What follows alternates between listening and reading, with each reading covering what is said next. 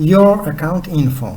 When you log in, you see the account owner, the amount of the units you have now out of total, which could differ depending in what stage or task you are in, and even how many more you can collect. Then you see the number of persons you can invite, the amount of units for each invited in this part you are executing now. First 6 has something like 3 times higher value than ones from the third part.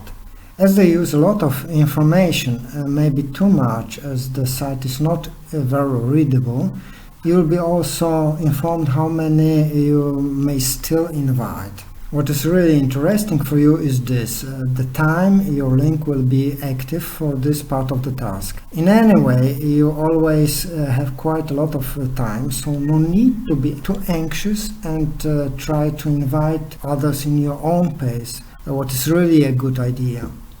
When you reach your limit, for instance first 6 persons, the link is not working.